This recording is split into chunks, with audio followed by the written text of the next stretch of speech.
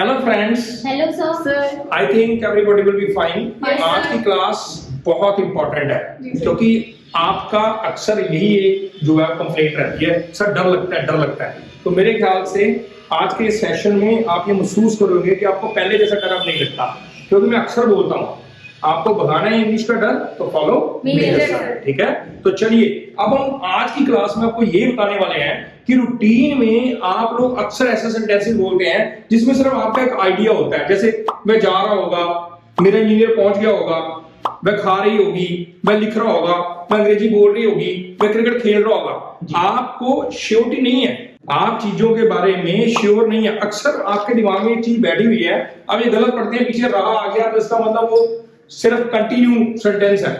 जैसे मान लो present continue बोलते हुए जा रहा, he is going, this is okay, पर यहां पर रहा होगा तो ही विल बी गोइंग नहीं बोलते हम। अब एडवांस इंग्लिश में सिस्टम बिल्कुल डिफरेंट है, तो आप गलत मत सीखें।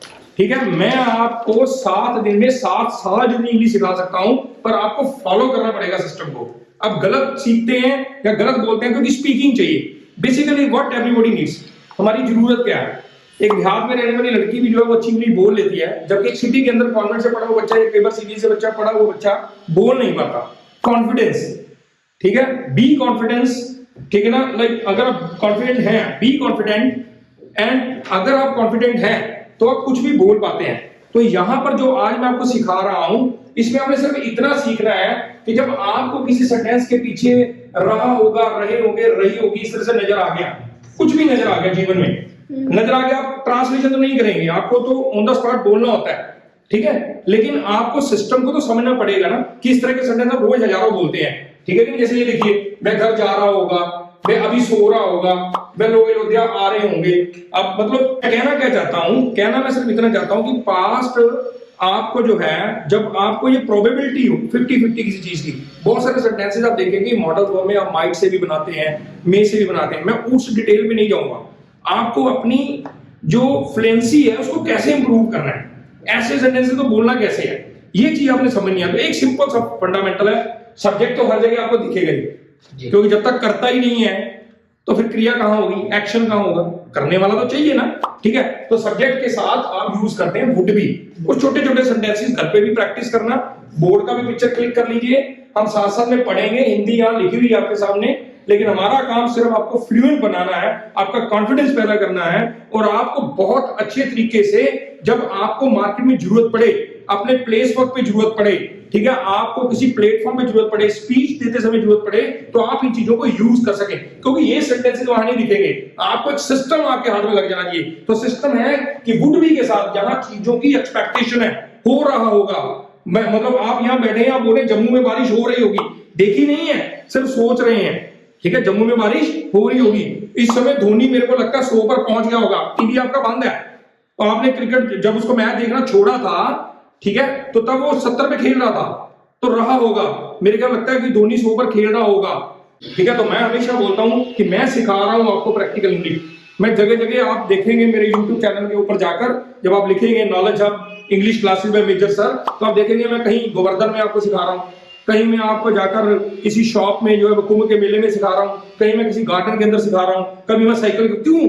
क्योंकि मैं चीजों को प्रैक्टिकली आपको दिखाना चाहता हूं, आपको बताना चाहता हूं कि ये चीजें किस तरह से बिल्कुल सिंपल है, साधारण है। अब एक चाइनीज लैंग्वेज जो है सिर्फ उसको सीखना मुश्किल लगता है, अगर आपको इंग्लिश सीखनी है, कोई भी लैंग्वेज, छोटी मोटी कोई भी भाषा हो, उसको आराम से आप 3 से 6 महीने में सीख जाते हैं, क्योंकि ये भी भाषा ही है। इंग्लिश को कोई बहुत बड़ा कोई आप समझो कि ये डेविल नहीं है, कोई भूत नहीं है, है ना, जो आपके अंदर कभी घुसेगा नहीं, ऐसा कुछ नहीं है। ये भाषा है, अपनी भाषा जो है उसको पकड़ो, उसके लिए कौन कौन से हम इंग्लिश के शब्द यूज करते हैं उनको पकड़ो और अपना कॉन्फिडेंस डेवलप कर लो। ठीक है, that will be a great help to you people, समझिए, that would be also great help to you people. Why? क्योंकि उसमें आपका कॉन्फिडेंस बिल्डअप होता चला जाएगा। तो चलिए प्रैक्टिस करते हैं। सिर्फ हमारे सामने बहुत सारे सेंटेंसेस हैं, पर हमारी अपनी भाषा में है। अब अगर हमें दूसरी भाषा में बोलने सीख रहे हैं ना, दूसरी भाषा कौन सी, इंग्लिश, तो उसको कैसे ट्रांसलेट किया जाएगा। तो रहा होगा के लिए आपने सिर्फ सिंपल याद रखना, वुड बी, कोई भी विल बी, गोइंग, ये वो कुछ नहीं, आपने टेंस के ऊपर नहीं जाना है, सिंपल आपने मॉडल वर्ब वुड बी को पकड़ना है और सेंटेंस बनाने शुरू कर देने, और वर्ब की फर्स्ट फॉर्म के साथ आईएनजी लग जाता है। ठीक है, समझिए मेरी बात को। जैसे मैं कहूं मैं घर जा रहा होगा, ही वुड बी गोइंग। अच्छा, एक और बात है यहाँ पे, घर के लिए हम हाउस और होम दोनों यूज करते हैं। ठीक है। अगर तो मान लो सपोज आप लोग हाउस यूज कर रहे हो, ठीक है, तो जैसे मान लो he would be going to home, ठीक है, और अगर he would be going to house, लेकिन टू नहीं लगेगा जब आप होम यूज कर रहे हैं, समझे मेरी बात को? ओके। तो नेक्स्ट हमारे पास है वह अभी सो रहा होगा, he would be sleeping now, he would be sleeping now, would be sleeping, देखो बिल्कुल सिंपल है, would be going, would be sleeping, आगे तो आपने सब्जेक्ट ही लगाना है ना, सिंपल है। वे लोग अयोध्या आ रहे होंगे, ठीक है, they would be coming to Ayodhya, ठीक है, मेरी बहन अयोध्या जा रही होगी, my sister would be going to Ayodhya, ठीक है। पीपल आएगा ना, हाँ, दे पीपल आ सकता है, हाँ, लोगों के लिए दे पीपल आ जाएगा। मैं नॉर्मली दे कोई ट्रांसलेट किया, यस वे लोग हैं तो दे पीपल हो दे जाएगा। People would be coming to Ayodhya, जो सिटी का नाम है, ये Ayodhya is the name of city, that is not a big thing, ठीक है। वह मेरा इंतजार कर रहा होगा, he would be waiting for me, he would be waiting for me, वह खाना खा रहा होगा, he would be eating food, ठीक है। वह अभी पढ़ रहा होगा, he would be studying now, ठीक है। वह खेल रहा होगा, ही वुड बी प्लेइंग, बिल्कुल सिंपल।